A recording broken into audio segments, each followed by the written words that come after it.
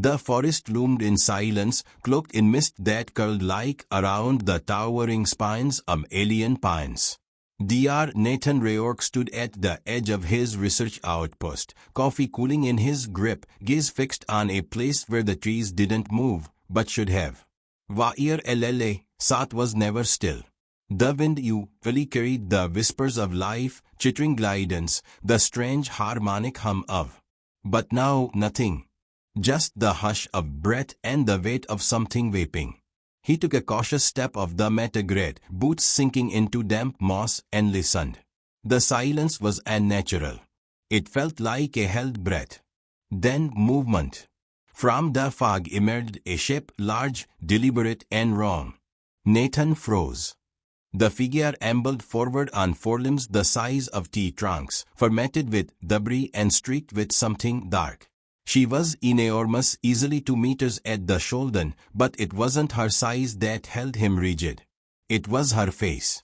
The creature's features were uncannily expressive. Eyes gleamed with intelligence, rimmed in wetness. Her elongated snout was tight, trembling as if in pain. Clutched awkwardly in her forearms, curdled like a fragile thing she didn't know how to hold, was a smaller body. A cub. Limp, motionless. Nathan's training screamed retreat, protocol, warning, dangerous fauna, and classified temperament, contact forbidden, but instinct overrode it. The mother stopped just beyond the perimeter sensor and did not cross. She lowered her burden gently to the moss and nudged it forward with her snout. The cub didn't respond. She raised her head and met Nathan's eyes. He saw no rage there, no aggression. Just desperation. A terrible, raw pleading that reached through species and syllables. His heart kicked. This wasn't random. She had brought the cub here. To him. He moved slowly, hands open, breath shallow. Each step was a gamble. He was no veterinarian, and this wasn't a dog limping onto a porch. This was something wild, unknown, and grieving. He knelt before the cub. Its breathing was shallow, barely perceptible beneath the thick, spotted fur. A translucent secretion bubbled at the edge of its nostrils, pulsing with each labored inhale. Nathan touched its neck gently, low keeping a pulse, slow, staggered, like a drum losing rhythm. The mother watched, immobile. He needed to get the cub inside. His lab wasn't meant for field trauma, but it was better than letting it die here in the dirt. Still quiet, he looked up at her. "I don't know if you understand me," he said quietly, "but I'm going to try." She didn't respond. Didn't move. Her eyes flicked only once, from his face to the cub, then back. Carefully, Nathan slid his arms beneath the small body. It was light, frighteningly so. The skin beneath the fur felt too warm, as if fighting off fever or worse. The cub stirred faintly, a soft, instinctual sound escaping its throat, somewhere between a chirp and a gasp. Nathan rose with it in his arms and backed toward the open door of the outpost. The mother took a single step forward, then stopped again. She would not cross the threshold. Inside, the lab lights blinked awake as he entered. He cleared a table with one sweep of his forearm and laid the cub down on a clean surface, triggering the diagnostic array. Blue light shimmered over the small form. Data began to scroll across the monitor. Body temperature elevated, oxygenation levels dropping, tissue anomalies consistent with cellular poisoning or infection. His breath tightened. Whatever this was, it wasn't natural. He prepped a spacer's patch and applied it over the cub's thorax. The hum of the field activated, encasing the young creature in a thin veil of suspended time. Its vitals steadied, barely. He looked up through the reinforced glass at the figure outside. She was still there. Unmoving. Watching. He turned back to the instruments, pulling up every scan, tissue profiles from months of field study. The data wasn't enough. He was missing something, some context, some toxin, some clue. Behind him, the cub let out a sudden, sharp sound, then went still again. The monitors beeped in protest. Nathan's hands moved faster. He worked without pause, every movement focused, efficient, urgent. Outside, the mother remained a silent sentinel, and moving even as the first cold breeze stirred the mist again. She had come to him with the most fragile thing she had, and he didn't know if he could save it. Hours passed in blurred fragments. The cob's whites flickered, stabilized, wavered again. Nathan adjusted medication ratios, substituted compounds, improvised. The line between science and hope thinned until he no longer cared which he was using. Then at last the breathing deepened. A small, rattling sigh escaped the cob's mouth. Its iron chest rose and fell more steadily now. Nathan sagged, one hand braced on the counter, heart thudding in tandem with the monitor's rhythm. It wasn't victory. Not yet. But it was life. He turned back to the window. The mother still watched. He raised one hand to the glass. Slowly, deliberately, she lifted one massive paw and pressed it to the same spot, a mirror of his gesture. Nathan didn't know what he'd just started. He only knew something had changed. And something else was coming. The quiet hum of the was broken only by the soft, rhythmic beeping of the monitors. Nathan stood over the cob, eyes fixed on the screen that displayed fluctuating life signs. The stasis field had stabilized its vitals, but it was still too early to tell if the treatment would be enough. He wiped a thin film of sweat from his brow, but the relief he had felt earlier had quickly been replaced with a gnawing uncertainty. The mother remained outside, as immobile as a statue, her massive form casting a shadow over the diaphragm. Her eyes never left the cob, her expression a mix of anxiety and weariness. Nathan knew she was aware of every move he made, every breath he took.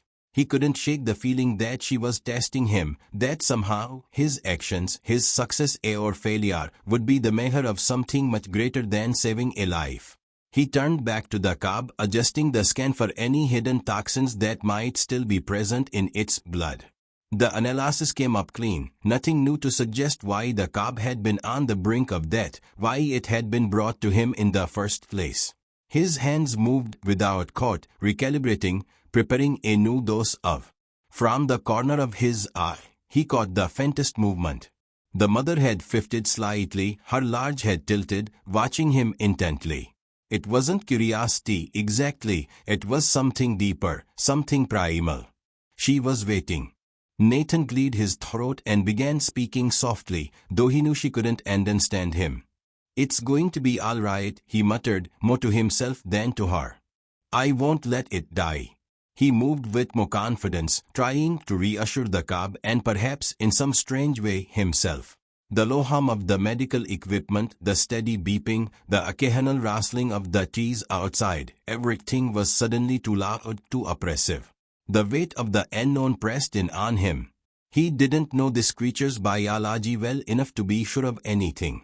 He had learned the basics during his time on Vair Sat, but this was something new, something uncharted.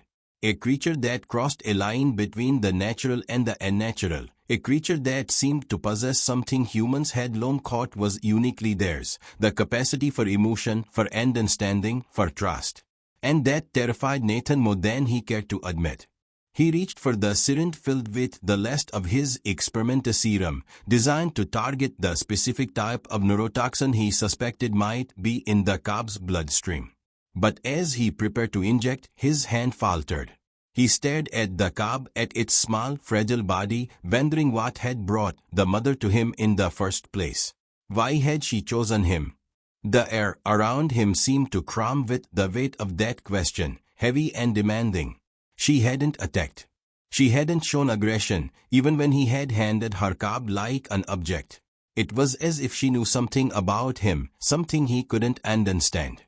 And yet, there was no denying the tension that called beneath the surface of her stillness, the flickering of something ancient, something raw. Suddenly, the cob stirred, a weak groan escaping its mouth. Nathan's pulse quickened, but the movement was too faint, too fragile to be sure. He leaned closer, his breath shallow as he watched the tiny creature's chest rise and fall. The mother let out a low, vibrating sound, almost a hum, and Nathan looked up, startled. Her eyes were fixed on him, and in that moment he realized she wasn't just waiting for him to save her cub. She was watching him, calculating him, judging him. She knew something he didn't. And he wasn't sure whether that was a blessing or a curse. He pressed the serum into the cub's flank carefully. The injection was smooth, quick. The small body flinched once, and then, as if on cue, the room was filled with the faintest of sighs, a sound almost imperceptible, like the release of a held breath. The monitors flickered for a moment, then the whiter signs leveled out. A new, steadier rhythm began to pulse. For the first time, Nathan allowed himself to exhale. The tension in his shoulders eased, though the unease in his gut remained. The cub's breathing was slower, more regular, and that was something. It wasn't enough, not yet, but it was progress. Turning toward the window, he watched the mother. She hadn't moved, hadn't even shifted her weight, but her gaze was softer now. Less tense. She hadn't taken her eyes off the cub since Nathan had entered, but there was a flicker of something else in her gaze. Hope. Gratitude. Nathan couldn't be sure. But the intensity in her eyes, the silent bond that had formed between them, lingered in the air, tangible as the mist outside. He wiped his hands on his jacket, looking down at the cub once more. The creature was still alive, still fighting. For now, that was enough. But Nathan knew the coming hours would tell the real story. He had made a decision, there was no going back now. He could either push forward, continue his work with whatever means he had, or turn away and risk everything for the sake of his own safety. Nathan looked back at the mother, and for a moment the weight of her gaze seemed to reach into him, past the rational mind, deep into something buried. He straightened, his resolve hardening. This wasn't just about a cure anymore. It was about trust. And something else, something bigger. Don't worry, he murmured, not for if it was to her or to the cub. I'll fix this. I'll get you both out of here. The days that followed passed in a blur of sterile lights and quiet machines. Nathan remained focused on the cub, monitoring its recovery with the steady precision of someone who had long ago abandoned the luxury of hesitation. Each day brought small improvements. Its breathing grew steadier, its body temperature normalized, and the strange secretion that had once leaked from its nostrils stopped. The stasis field was no longer necessary, and for the first time, Nathan dared to believe that the cub might survive. But the more he observed, the more unsettled he became. There was something in the way the mother watched him, a quiet intensity that made him feel like an intruder in his own lab. Her presence, though still silent, was constant, never wavering. Every moment he spent with the cub, every adjustment he made, she was there, her black eyes locked on him through the reinforced glass. It was as if she was studying him, learning from him, waiting for something. And Nathan could feel it too, the pressure of her gaze, the weight of the unspoken connection between them. He wasn't sure what she expected from him, but the longer she stayed, the clearer it became. She wasn't just here to nurse her cub back to health. She was waiting for something far more significant. The cub, though it had improved physically, remained largely unresponsive. It would occasionally twitch or make small sounds, but it didn't open its eyes. It was as if the life force that had once driven it was locked behind a fragile barrier, unable to fully return. Nathan had scanned its brain patterns multiple times, searching for signs of deeper neurological damage, but all his readings came up inconclusive. There was no clear reason for the cub's condition. It simply didn't make sense. And then when evening, as the shadows lengthened and the night's chill began to settle in, it happened. The mother moved. Nathan didn't see it at first. He had been so absorbed in the monitor's readouts that the shift in the air went unnoticed. But when he looked up, he found her standing just outside the door, her massive form blocking the last of the fading sunlight, casting a long shadow into the room. She was motionless, her eyes still locked on him, but there was something different in her posture. The stillness, once passive, had turned into something sharp, deliberate. She was no longer merely waiting, she was making a decision. A sense of unease rippled through Nathan. He had come to understand her, at least in some ways. She wasn't a simple animal driven by hunger or instinct. She was something more, something with a purpose, a reason. And now it seemed that purpose was pulling her toward him, drawing her closer. He swallowed hard, feeling the weight of that unspoken expectation. His hand hovered over the control panel, unsure of what to do. The last time she had crossed into his space, it had been to offer her cub for help, but now, what was she asking for? A deep, rumbling growl broke the silence, a sound that reverberated through the metal walls of the outpost. Nathan stiffened, his heart pounding in his chest. It was low, almost imperceptible at first, but it grew louder, more insistent. The mother's massive chest rose and fell with each deep breath, and Nathan felt the hairs on his neck stand on end. Her gaze never left him as she took a slow step forward, her powerful limbs silent on the cold floor. Another growl, this time more distinct, came from deep within her throat, a warning that wasn't meant for him, but for something else. Nathan's pulse quickened. He turned toward the cub. It was still unconscious, but the beeping of the monitor had changed, now rising and falling in a strange rhythm. Something was happening. His eyes flicked back to the window. The mother had closed the gap between them, and now she stood just inches from the glass. Her eyes were no longer filled with mere uncertainty. They were burning with something else, something darker, like the storm that gathers just before the lightning strikes.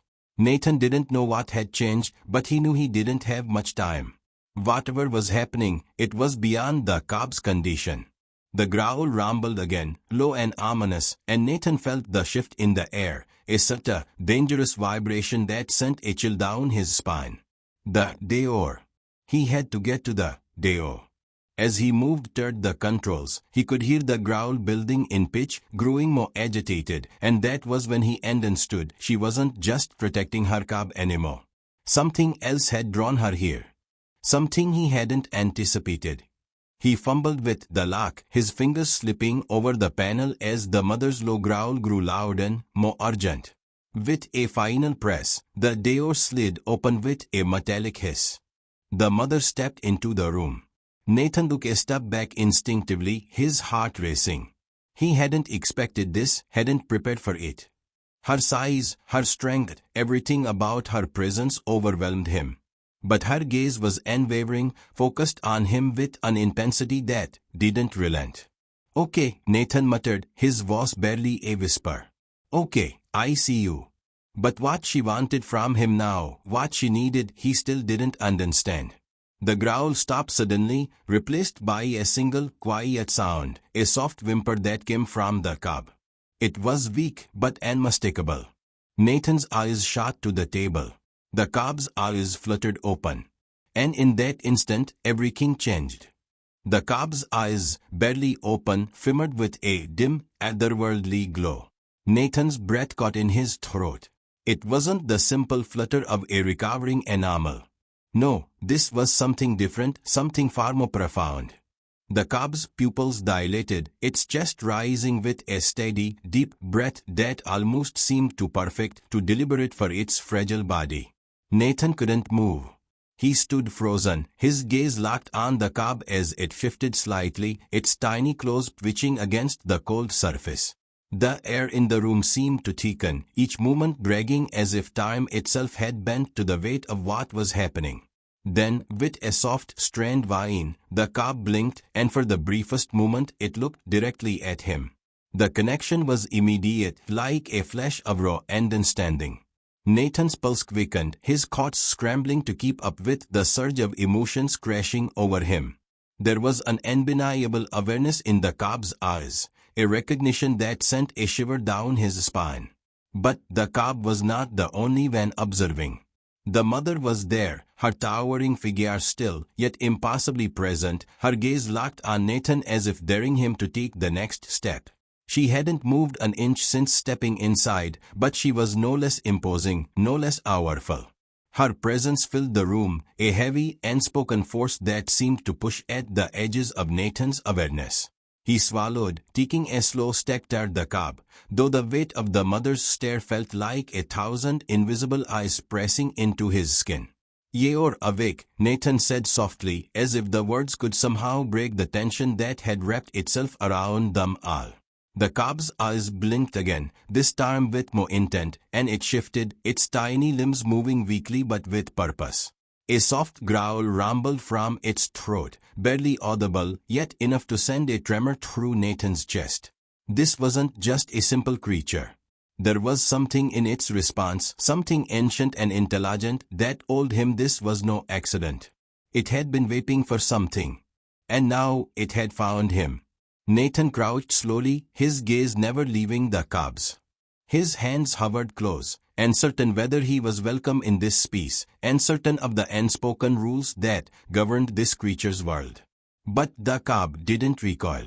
Instead, it made a low sound, almost a chirp, its tiny mouth open in what Nathan could only interpret as a request. It wanted something. "Are you?" Nathan stopped himself, realizing how ridiculous the question sounded. He was speaking to a creature that shouldn't even be able to understand him, let alone communicate. And yet, in this moment, every instinct told him that this cub, this mother, were somehow beyond anything he had studied, beyond anything he could explain with science alone. The mother's growl returned, deep and low, vibrating through the air like a storm-gathering force. She stepped closer, her massive form filling the doorway, her eyes narrowed with a fierce intensity. She wasn't angry, Nathan realized. She wasn't threatening. She was simply concerned. She, too, was watching the readings, sensing the shift in the atmosphere as her cub's health faltered once more. Nathan cursed and bent his breath, his mind racing. He had to act, and quickly. Without hesitation, he grabbed the medical injector from the nearby shelf, administering another dose of the serum, hoping to calm whatever had suddenly caused the deterioration. But as he did, the cub's whimpering softened, and its body relaxed, the erratic beeping of the monitor slowing to a more steady, predictable rhythm. Relief, short and sharp, washed over Nathan. But even as the tension eased in his chest, he knew it wasn't over. The cub was not out of danger. It was teetering on the edge, fragile and vulnerable, and it needed more than just his intervention. The air in the room had changed again, thick with an undeniable presence. Nathan's gaze shifted to the mother. She was no longer standing at a distance, but had taken a single step forward, her enormous paw hovering near the edge of the table. For a long moment, she remained motionless, watching him with an intensity that felt almost unbearable. Nathan swallowed hard. "What do you want from me?" he whispered, though he knew she couldn't answer. But the weight of her gaze made it clear that his role wasn't just that of a caretaker. She wasn't waiting for him to fix her cub. She was waiting for him to do something else, something that lay beyond medicine, beyond science. The mother stepped closer, the pads of her feet making barely a sound on the floor. She didn't touch him, but the space between them seemed to shrink with each passing second. Nathan's heart pounded in his chest, not with fear, but with the deep understanding that whatever came next, it wasn't something he could walk away from. The room felt smaller now. The cub, still recovering but alive, was no longer the only focus. The mother stood as a guardian, as a force of nature, and in that quiet, tense moment, Nathan realized what she was asking of him. Not for her cub's life, though it was part of it. No, she was asking for something much bigger. A bond. An alliance. A choice that could change everything. And Nathan, for the first time, felt the weight of that choice sink deep into his bones.